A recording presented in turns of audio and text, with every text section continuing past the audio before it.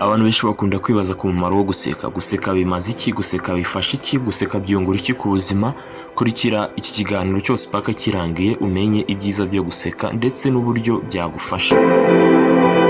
Tugendeye ku bushakashatsi bwakozwe n'abascientifique benshi batandukanye, bavuga ko guseka bifite umumaro ukurikira.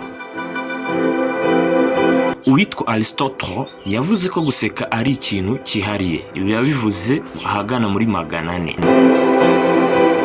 Aho umufilozofi nka Immanuel Kant ndetse na Herbert Spencer mu 1700 kugeza mu 1800 batangaje ko guseka ari igihe umuntu yahuye na surprise.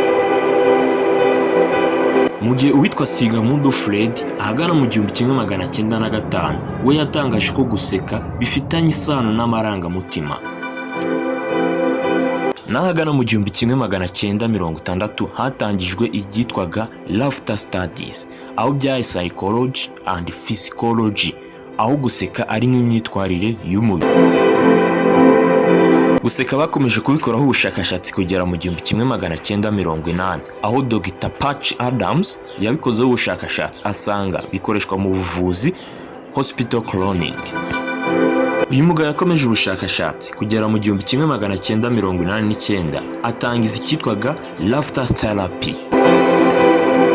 Guseka abantu bakomeje kubikoraho ubushakashatsi kugera mu 1995, Dr. Madan Kataria avumbura icyitwaga laughter yoga, aho guseka ari ugukora imyitozo. Ibi byarakomeje bikwira mu bihugu birenga 100. Ubushakashatsi ku guseka bwarakomeje kuva mu 2000 kugera mu 2010, aho ubushakashatsi bwaragaje ko guseka bifite icyo bita brain image, aho guseka ari endorphins, dopamines and oxytocins. Ubushakashatsi kuva mu 2010 kugera mu 2020 bwaje kugaragaza ko guseka ari mental health, aho guseka kwavuraga depression, anxiety ndetse n'ibindi turaza kugaragaza mu mwanya uri imbere. Guseka bakomeje kubikoraho ubushakashatsi kuva mu 2020 kugera mu 2025 gukomeza ndetse n'iki gihe turimo. Ubwo bushakashatsi bwari content. Kimwe mu by'ingenzi wamenya cyane nuko ubushakashatsi ku guseka byatangiye mu myaka 2400 ihise. Guseka bifite umumaro ukomeye, niyo mpamvu nagukangurira guseka. Tugiye kureba uwo ari we.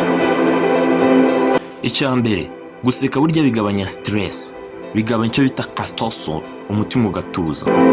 Icyakabiri, kuguseka bitera icyo bita immunity, aho umubiri urwanya indwara neza.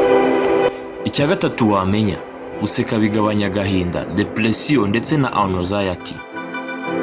Ibindi bisigaye byose kambivugire hamwe.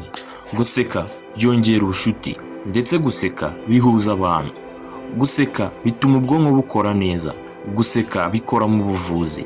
Guseka ni content ishobora gutuma abantu bakureba ukinjiza amafaranga. Guseka ni ururimi ku isi hose abariho bavuga.